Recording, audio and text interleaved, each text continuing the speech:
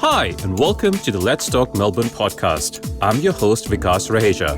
The Let's Talk Melbourne podcast is brought to you from the city of Melbourne, where we talk to business leaders, opinion makers, influencers, and change agents. This is a space for critical thinking, open discussions, and the big picture. This podcast is sponsored by Construct Mart and Floors Trading and Clearance Centre, your one-stop shop for all the floorings and renovations. Hi, and welcome to a new episode of Let's Talk Melbourne. In the post-pandemic era, as some of us would know, or if most of us don't know, it's time that we probably share this with everyone. It's been a very rough ride for startups, and also because of the fact that it's a saturated industry and market. How does a startup or anyone who's starting a new initiative, how do they stand out? And how do they sort of make a mark for themselves? And today, to help us unpack this and more, we've got an expert from the field, and I'm very excited to have him on our show. And I would request my guest to introduce himself. Hello, good to meet you, Vikas, and thanks for having me here. My name's Dickie Currer. I'm the head of partnerships and new markets at the Startup Network, and the self-proclaimed hype man of the Australian startup ecosystem. That's a good title, by the way. It is. It was bestowed upon me, and I feel like I'm now leaning into it. And as I've sort of started calling myself that, it's become the self-actualization. It seems to be what I'm known as. Okay. And so just for our guests to understand, what is it actually that you do? What's your day job like, so that they can get an understanding of, the hype man? I'm still working it out, to be honest. No, so I guess I run partnerships, so industry partnerships for Australia's largest independent startup ecosystem, Startup Network. So we're, I guess, a peak body for founders, entrepreneurs, providing community, resource, education, events. Basically, really helping predominantly early stage founders, but any vertical, any stage across the whole country. So we used to be Victorian only until about 2 months ago. So that's kind of my actual job. The reality is, I guess it's, being the face of the startup community, helping to connect people, helping to create spaces people can come together and learn, and hopefully succeed in their startup journey. Awesome. And this is across all fields, or do you specialize in certain fields and certain demographics? It's all fields, which at first was terrifying. It's, I guess the first part of my job coming into this industry was to understand you'd never know as much as the person you were speaking to. But I think there's a lot of power in being a generalist and being able to actually understand the common problems that everyone's seeing across different verticals. And I get to explore and dive into different ones. Like I was just saying before we started recording, I've been to a fintech conference this week, so I feel like that's been the flavour of the month at the moment. Next month we've got a big focus on graduates and young innovation, so more agnostic of theme. The month before that we had a real climate focus. So I think it's really... It's a joy in my role to be able to kind of delve and specialize in different areas. Okay. What's your take on what are the investors looking at in the current market to invest their money in, so that anyone who's sort of looking at startups can get a bit of gauge of what the industry trend is, if you can share that? Just good businesses right now. So money was easy to come by, or easier to come by, probably 12 months ago. Given the tough economic climate right now. And you can have your whiskey, by the way, as you talk, so be pretty chilled out here. Thank you. That's all right. I might have that too. Cheers, indeed. Look, I think it's changing dramatically. So I think, 12 to 18 months ago, there was a lot of money. And you talk to a lot of investors now, and yes, the rhetoric is that there's still money flowing. There is capital there, but it's not being deployed as much as it used to be. And why do you think that is? Risk aversion, or just... Definitely risk aversion. Again, it was the influx of money that came about sort of 18 months ago has kind of almost damaged the market now. There was a lot of money going to businesses that never really had a pathway to profitability or success. And now, obviously, they haven't seen the returns. So venture capital is one example. They haven't seen the returns that they thought they might get. There's less exits, there's less mergers and acquisitions. Therefore, there's less money to deploy at the early stage level. Okay. So I'd say now the big trend is a strong business that Okay. has a good pathway to profitability. Okay. And how does one? I mean, just so that even I can get an understanding, right? Like, so when you say strong business, what are some of the attributes that they look for? Is it more in terms of it's well costed, the demographics are well defined, the business plan? I don't like the. I mean, we all need a business plan, but I don't like the word business plans. It's a bit, in my mind, a bit redundant. It's Yeah. not redundant, sorry, but it is. You got to have one, but you got to be agile enough to Yeah, understand that you need to be able to have conviction, you're but going to yes, you change your need business to plan 10 times. 10 times exactly. It's an iteration, and it's an evolving document. So it's for the lack of a better word. What are the sort of things that people? How does one prepare to make a strong business? Yeah. In simplistic terms, it doesn't have to be like just so Yeah. that someone who's listening can understand what are the things to look out for. I think when I say strong business, what I mean is, 12 months ago, maybe you could have raised $1 million based on an idea. Yeah, You were maybe utilizing some new technology. yeah, Now you need to be able to demonstrate traction, yeah, revenue, product market fit. That you've understood your customer. yeah, You're solving a real problem. yeah, You've got a commercialization strategy. yeah, You know you're going to monetize. You're agile enough. yeah, You're the perfect founder to do the job. yeah. There's so many different elements, and Yeah. I say all the time to people, you can be as prepared as possible, but there's a lot of luck Correct. in having a good startup. That's in 100% having right. success. Yeah, yeah. You need to be the timing's got to be right. The timing's got to be right. The networking's got to be right. Exactly. There's Yeah. so many things. I mean, everyone can have an idea, but Yeah. the execution is just It so comes much down to harder. that. Yeah. What's sort of been the most in the post-pandemic era, given that, as you said, that the trend now is that we had a lot of money, access to a lot of money, and now it's slowly people are a little bit more cautious in investing. Yeah. What are the sort of trends that you have seen in what's working in terms of any startups that have actually worked, and what are the sort of things that they have done that they have been able to be successful or on the path of success? Yeah, it's probably been, they've been hyper focused on what they're doing, Okay. and so I guess that's one, it's identifying that problem that you need to solve, Yeah. that needs solving, Yeah. finding someone willing to pay for that solution, Gotcha. and then being really focused, really niche on the product and the service that you're offering. Yeah. It's so easy to kind of get caught up in trying to solve so many things. Yeah. I think the ones that have been successful have been very, very specific, very niche, Yeah. and very targeted. So you would say being very niche and targeted is definitely one of the things to look out for. Definitely. I mean, Okay. if you there's so many examples, but if you think, if you've got a pretty broad solution, Yeah. fintech's a great example. There's Yeah. lots of similar solutions in the marketplace. Yeah.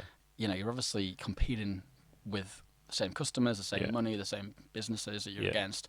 So I think it's really important to really knuckle down on what it is you're doing. Okay. And how important is networking in this session?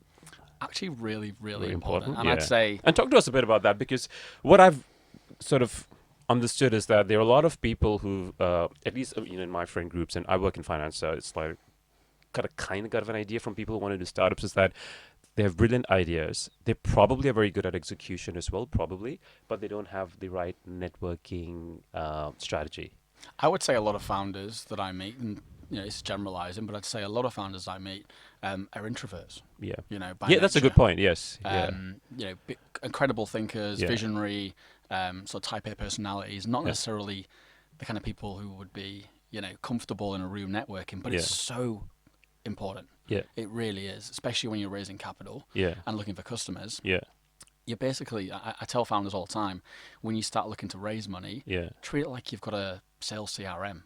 Yeah. Treat it like you're literally going out for new business. Yeah. That's how you have to do. And Yeah. in terms of how you set your agenda, how you follow up, the amount of people you need to meet, the amount of, it's the same as like trying to get sales, outbound Correct. sales. It's like Yeah. talk to 100 people, you Yeah. might close one or two. Yeah. And that's enormous ask for people who don't come naturally to that kind of personality type or that Yes. archetype Yeah. of networking. It's really, really hard for them. But it's something you have to get comfortable with to be successful. Correct. And also, do you think it sort of helps because, as you said, most founders are introverts, so they surround themselves with people who have those different skill sets so that they can diversify the entire pitch? Yeah, somewhat. But I think if you're early stage founder, you can't Yeah. really afford to hire someone, generally speaking. Yeah, So you kind of yeah. have to be the jack of all trades, Trades. and Yeah. you're the person which is the face of the business, Correct. right? Ultimately, and for better or worse, we always talk about the founder and how important they are. Like, Yeah. I was reading some stats recently, and for a lot of investors, the founder is the number one thing they look for when they're investing. Yeah. Is that person the right fit? Is that person? So they talk about the average length of a marriage is 7 years. Yeah. The average length of an investment's 10 That's true. with VC capital. Yeah. So Yeah. You have a 10-year return you need to like schedule. the people that you're investing in, right? So, Yeah. and similarly to a marriage, you look at a lot of different characteristics about that person. So, Yeah. so it's a really important piece of it. Yeah. And yeah, so I found quite a lot. I see founders at that very early stage, especially Yeah. coming into the industry, and they really struggle with the networking piece. Yeah, I think that is an important aspect, especially in today's time, because ultimately networking is key to like startups. It's definitely key to get reach, access, visibility, distribution, all those kind of things that do that. One of the things I wanted to sort of touch on was also the with reliance on digital and reliance on AI, and how critical it is for any startups at this point in time to have a good digital strategy. Yeah. I mean, there's a lot of focus on like a social media strategy, but I think it's more a digital strategy than perhaps a social media strategy. Would that be right, or is it a bit of an overreach to say that? Yes, I think it is. I think again, it just has to be something it's not just tokenistic. Yep. I feel like 6 months ago, everyone started to realize I need to get some AI hammed into my business somehow, because Yes, otherwise, but I'm you, not going you to. should need it as well, right? Well, you should be leveraging emerging technology, Yeah. 100%. But Yeah. I see a lot of businesses that are just AI businesses, Yeah. and it's like you will leverage the tech, have that digital strategy, but it doesn't have to consume your business. Don't do it tokenistically. Yeah. I think is the advice I would give to most people. Yeah. Integrate it if you need to, and have a strong. Absolutely, Yeah. You should be leveraging, and obviously it's appealing to it, and it probably will create your niche Yeah. of what you're building. Yeah. And it's definitely obviously appealing to investors to see that you're actually trying to leverage Yeah. the different technologies. But I think it doesn't have to be tokenistic. Okay. Now, one of the things is that, which I would also like to get your insights on, is that so if for startups and founders, what's the checkpoint in terms of whether it's working or it's not working, and when's the right time for them to cut their losses and exit? Because I think that's important to have that clarity beforehand as well, before you get into it. Is it 3 years a reasonable one? Is it 5 year a reasonable one? Or is it just 12 months? Or is it 12 months too soon, I would imagine? But is there like a checkpoint that they have to do as a reality check and say, you know what, we had a good run, it's not working, let's exit, or take the risk and go harder? It's a really tough question It's to answer. I know, and perhaps a broad-based one. So I'll just let you share whatever you think you can, perhaps. Personally, I think the founders that are successful, the ones that don't give up, and their belief in the mission or what they're trying to achieve is so strong that they'll just pivot and keep it going and keep it going. And I know of someone in my network who's recently sold their business for $100 million. It was their 13th business. Okay. The first 12 failed. Okay. But they were so adamant on having that, I guess, getting to the end of their entrepreneurial journey and keeping their mission alive. Yeah. I would say personally that my advice would be, don't put yourself into financial hardship. Yes. That's me. So I'd say when you're setting up for the first time, you call a moment when Yeah. you need to change. Yeah. And that could be going to part-time work. It could be, putting the business on hold for a little bit. Yeah. I'd say set yourself that goal and say, right, when I get down to 3 months of runway, that's when I'm going to stop. Yeah. Okay. Yeah. So I think that's really important. I've seen founders who've literally been at the point where they can't pay rent, or they can't afford to go to the supermarket to buy food, and it's like that for me is the point where I'd say you're damaging your physical and mental emotional state and everything, and then you're going to make poor decisions. You'll be taken advantage of by people, and that's at the point where I think you need to make a real tough decision. Yeah. The interesting point you also said about founders who succeed are someone who believe in conviction, and who don't give up is how to sort of paraphrase it. And I'm interested because I always find this in my observations is that how is the the balance, the tricky balance between having conviction versus being a little bit delusional? Oh, there's got to be delusion there. There has to be. 100. Okay. I think that's another characteristic, of that kind of visionary founder is a little bit of delusion, a Yeah. little bit of obsession with what they're doing. Yeah. Again, I think that's really, really important. Yeah. I think it's it's good to be conscious of that. It's Yeah. good to understand that that's what it is, Yeah. and not get too delusional. Okay. But I think I think there's a fine line between conviction and delusion. I know. That's what I was trying to get at. That. Okay. No, we'll just play a little bit of fun in the pod now.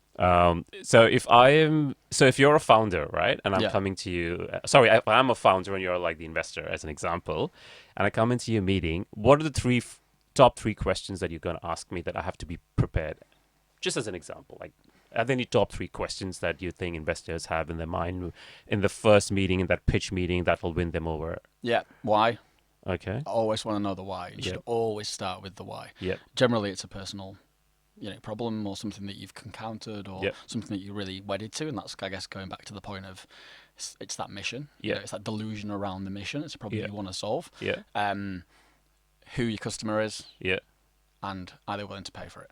And I think I see quite a lot of people who have the why, who understand the problem, Yeah. who've come up with the solution, Yeah. but haven't actually thought about how they're going to make money. Yeah. And ultimately, it's a business. Correct. That's the only way it's going to succeed. Yeah.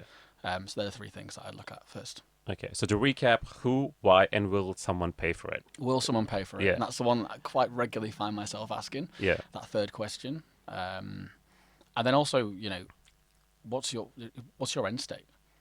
It's almost like that. The analogy of living your life. Right? Yeah. If you looked at life like you were going to die, Yeah. how would you live it differently? Yeah. And I say that to founders about their business. Okay. I think it's important to be present in the moment of building the business, not Yeah. to think too far ahead. Yeah. But if you can think about your exit and why, and Yeah. what's next and how, Yeah. if you can sit there and go, right, I'm building a business Yeah. that I think is going to solve a problem for a Big Four bank.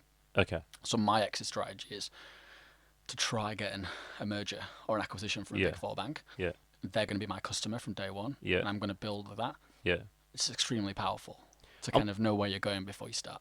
I'm going to come back to that one, but because that's an interesting point, and I really want to explore that, the exit strategy but before we get into that, is that what are the three things you recommend people should stay away from when they go into a pitch meeting with investors?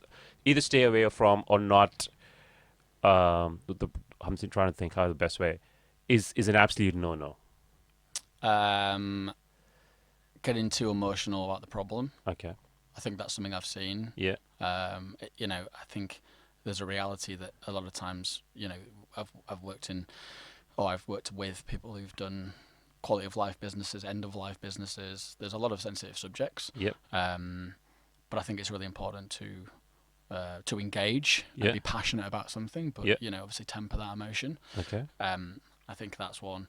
I think it's important to show that you're willing to change, Okay. that you're willing to be adaptable, Yeah. you're willing to be agile. Yeah. Again, if I ever meet a founder that kind of they don't take advice well, that's a big red flag Yes. in terms of Yeah. that advice of being open to being challenged. Correct. You Yeah. kind of need to be. It's a hard balance, and it sounds almost like paradoxical. Yeah. But you almost need to be very, very, very focused, Yeah. but also open to dialogue and change Yeah. and agility. Yeah. That's two. And probably thirdly would be a lack of understanding around the size of the market. So quite often, example recently, I had someone pitch to me, and they had a entertainment product. Yeah. I won't say what, but it was pretty niche, Okay. and they addressed that their sizable market was $1 billion, because the entertainment market in Australia is $1 billion market. Yeah. And it's like, well, it is. It but is. Your small niche problem is not going Not gonna to solve take that. over every Yeah. single TV, radio show, cinema. Yeah. So it's almost that's another flag for me, is not understanding the size of the market that's there to capture. Okay. Okay.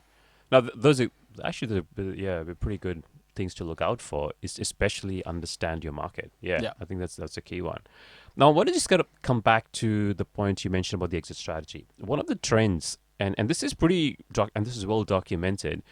Most founders, once they get scale and once they get efficiencies in their business or in their startups, the predetermined exit strategy is to sell their business. Yeah.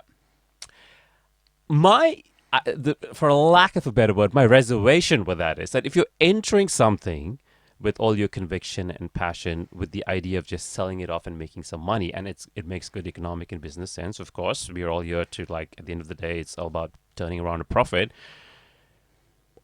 Is it worth continuing that, and is it worth building on that? Is that the right motivation to get into something? Is No. to have an exit strategy to sort of say, at the end of the day, I want a business, I'm going to make some money and get out of it, and then It's not.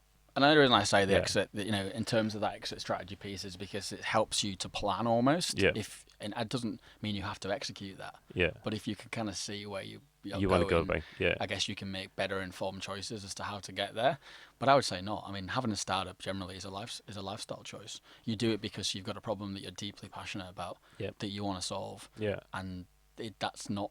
It doesn't matter about making money or having influence or having success, or Yeah. those things shouldn't be what motivates you. It should Yeah. be that passion for that problem, Yeah. and that's what investors are looking for, and that's what customers are looking for, and that's why you'll be successful. Again, it's like delusion almost, obsession around Obsession the problem around that you're trying to it. fix, Yeah. and that should be what drives you. Okay.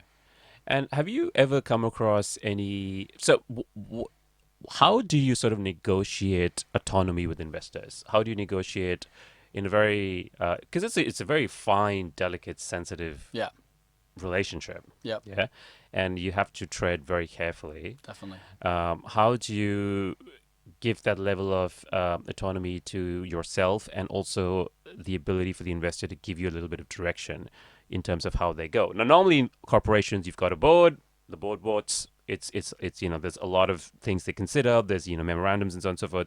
But in a startup, it's kind of tricky because the investor also wants the profit.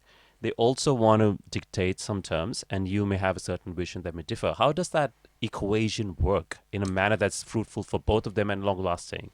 It's really hard, Yeah. and it probably really depends on who was on your cap table. Okay. Like we said, it's really important to get the right people. Yeah. We call it smart money. Yeah. In terms of having people who are going to add value. Yeah. It probably really depends on how desperate you need cash. Okay. Because obviously if you've got, you've got 3 months runway left and you need the money, you're going to make those choices. It probably depends on how good your startup is. Okay. So if I met people who have literally said, I literally went to Blackbird and Airtree, Yeah. who were two of the kind of biggest three venture capital firms in Australia, and I just gave them my terms Yeah. because they had a great business. Okay. That's a super rare reality. Yeah. Most of the time, it's you've talked to 200 investors and you've managed to pull together Yeah. 3 or 4 to invest at $500,000, and Yeah. unfortunately, they're probably going to dictate the terms. Yeah. So it probably really, really depends Yeah. on how strong your business is, who you've brought on board. But I think the main thing is just to try to get people who believe in what you're doing Yeah. and will add value, will help with connections, will help with, if you want to scale to a new market, say, they've got experience in that. Yeah. So I think it's really important to understand who you're going into business with and treating it like that. Yeah. Okay. And because it's as you said, like it's very tricky, right? Like you both want the same outcome, but your application methods may be very different. And how do you then sort of get to a common ground is key. Exactly. It definitely is. I think it's get to know your investors as much as possible. Okay. In that early kind of networking phase. We talked about, Yeah. Okay. Now this is probably going to be a naive question. But no such thing. You haven't heard the question yet. So it's what is Australia, obviously, given the market is very small compared to what are the sort of, I don't know if you're able to sort of talk about this, but what's the the Silicon Valley venture capitalists, they have this very different image and a different operating style. Yeah. Fundamentally different. Yeah, In definitely. principle, yes, the outcomes and achievements and all the things are same, but they have very different operating style. It's very more ruthless. Is Australia as ruthless as, say, a Silicon Valley one, or is it a little bit more measured and a little bit more structured, and there's a little bit of human I mean it's a bit naive to say there's empathy, because when you don't need to have empathy, because you want to, it's all about money and profit and those kind of thing, in the sense that you have obligations with financial responsibility. So what is your take on how Australian market is with the venture capital scenario versus, say, an American one? Yeah, I've probably limited experience working with American venture capital firms, but my passion really is global ecosystems and connecting to global ecosystems. And so I was just recently in London and Paris, was part of a delegation with the Australian government, and did a bit of work in Singapore and Luxembourg. So started to, I guess, understand a little bit more what happens outside of Australia, having had a mostly an Australian lens for the last couple of years here. And we've got a strong community. We've probably got a bit of an artificial or superficial, ecosystem. Generally, you find that ecosystems in the startup world reflect their country's national psyches. So we're a little bit superficial in Australia in terms of how we, put our best foot forward. Maybe we don't be as honest about our business and what the problems are. And in terms of the maturity of our ecosystem, like you say, it's 10, 15 years behind what you're seeing in London or the US. And I think there's a small town mentality still in the country. Again, it reflects the national psyche of the country, and kind of the fact we're kind of holding ourselves back a little bit sometimes, not thinking too globally, and that really does impact innovation here very detrimentally. That's interesting. I think I see a lot of founders that just go, I want to work in the US eventually and take my business there. I'm going to raise capital there from day one, and that really negatively impacts our innovation economy. But is it also because the consumers here are quite different to the consumers there? Definitely. Again, there's still a lot of old school thinking. People who want to pull stuff out the ground, and that's innovation. I was in London Tech Week. We had it started with Rishi Sunak coming out, the Prime Minister, and giving a big call to arms about having the UK. This is post-Brexit, so you got to understand the relevance and the context. We won't get into that, but yes. Coming out and saying, look, we want to be the centre of AI in the world. Right? We want to literally drive whether you believe it or not, right? Fair. It's a big play. But I remember sitting there that morning thinking, I cannot imagine Anthony Albanese, love him or hate him, coming out and going, we are going to be the tech capital of the world in Australia. And we've got the potential to do that with our economy. We're strong in so many things. We've got high GDP. We've got some insanely smart people. But we aren't trying to be that nation what we could be, and it's holding us back. And you see that bleed down into the investor market, into the founder market. There's still unfortunately, again, I'm from the UK originally, but I've been here 8 years, so I'm a citizen. So I feel like I can talk for Australia now somewhat. Now I've got the passport. But unfortunately, there is still, when it comes to thinking offshore, it's the US and that's it. Maybe the UK. We're not thinking globally about the opportunity to be a superpower.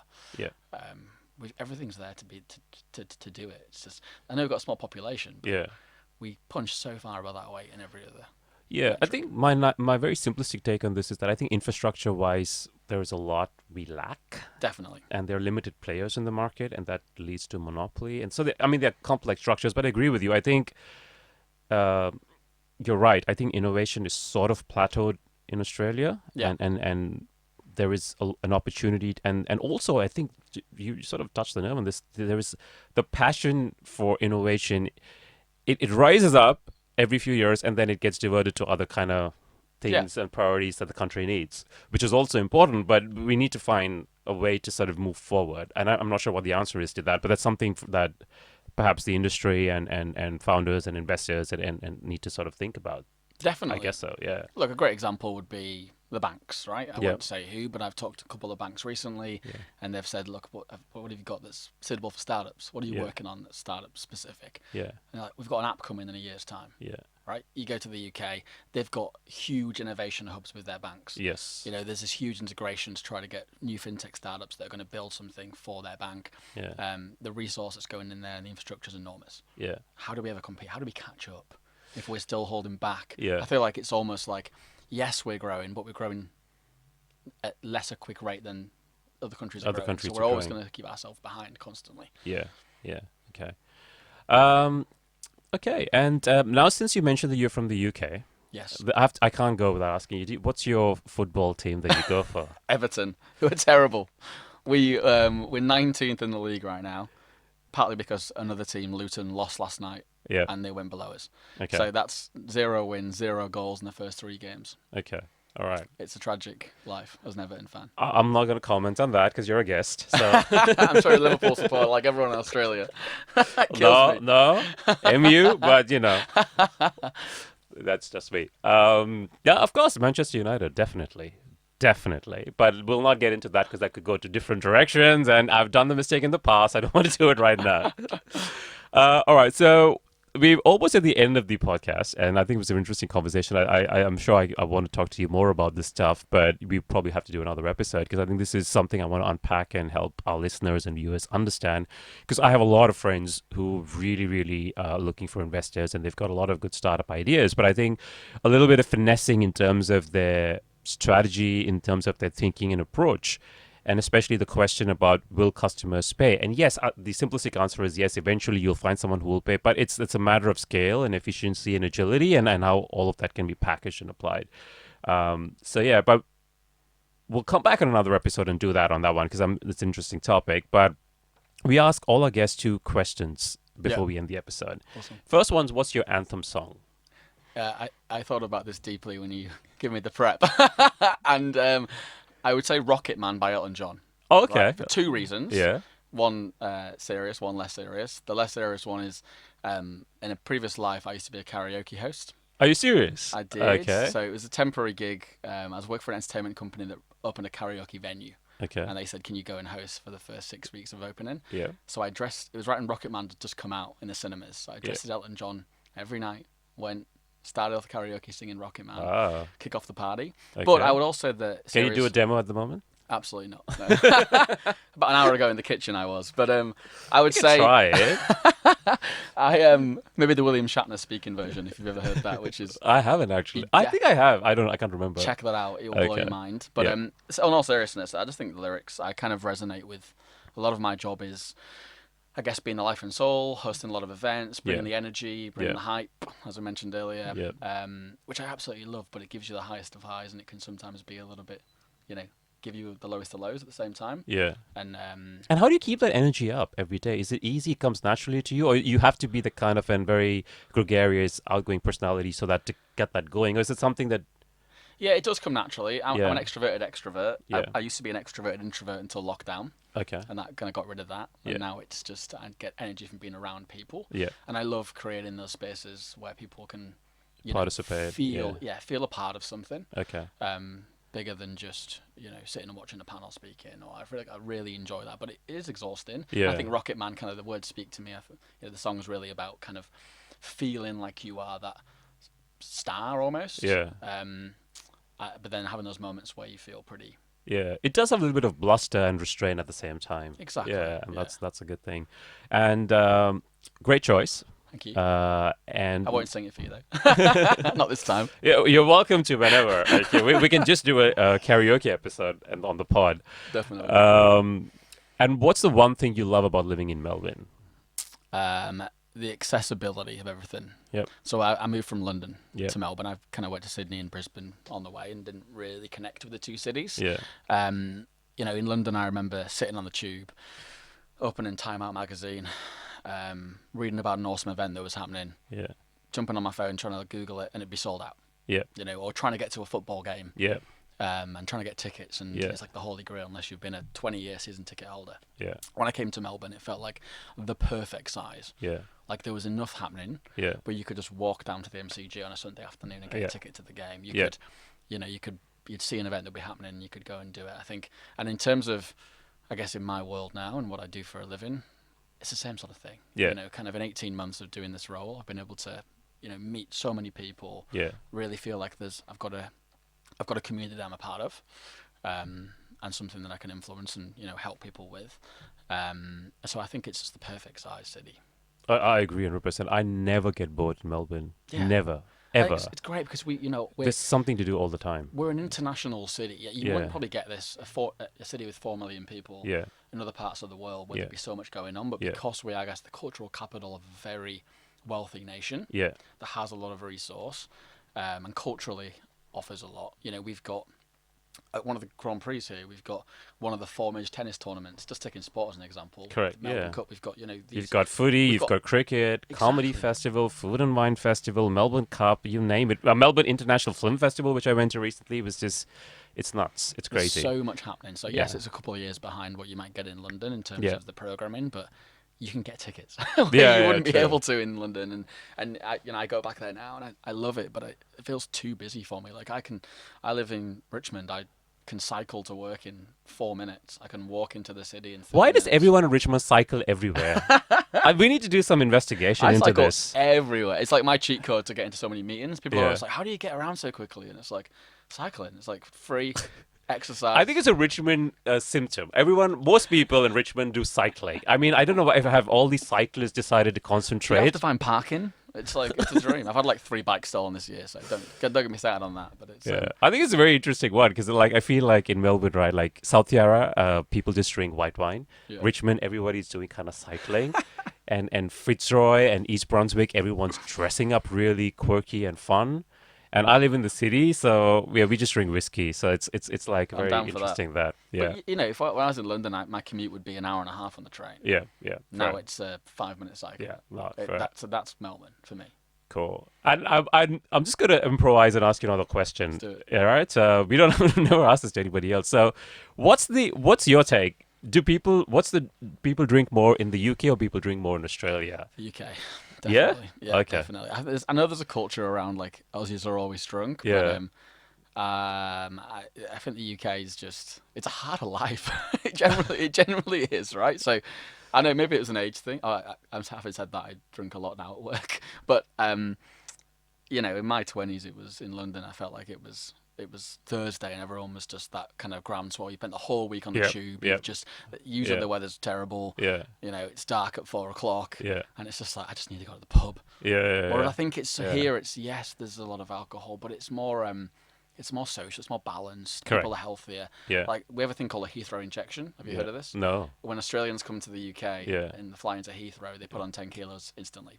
Oh, That's really? That's the joke, right? 'Cause Okay. Within like a couple of months of being there, you Gotcha. you drink more, you eat more. Yeah. It's called a Heathrow injection. I think I had the opposite thing. When I Yeah. came to Australia, within about a year of being here, I was never been healthier. Yeah. You know. Well, you're cycling everywhere, so clearly that's Exactly, working. right? Yeah. So I'd say the UK, but I guess I got the worst of both worlds now, the best of it. Now that I'm a dual citizen. I would say you get the best of both worlds. Exactly. Yeah, I mean it's I'll a good take that. it's a good spot to be in. All right, we always at the end. We are at the end of the podcast. So thank you, Dickie, for coming. I really having me. appreciate it. And congratulations on everything that you've achieved. I think it's fantastic the work that you do, and it's also important to guide and sort of give a support system to founders or anyone who wants to do a startup. It can be extremely challenging. So, you know, this is good stuff that you're doing. So Thank you. congratulations. And I'm really excited to get you back on the pod next time for the next season. And thank you very much for your time today. Amazing. Thank you. And thank you everyone for listening, or if you're watching us on YouTube, thank you for tuning in.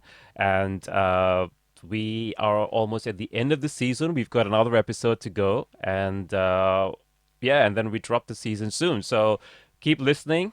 Subscribe to our YouTube channel and Spotify if you haven't already. That would be a big help. Thank you. And and have a great, safe weekend. Thank you.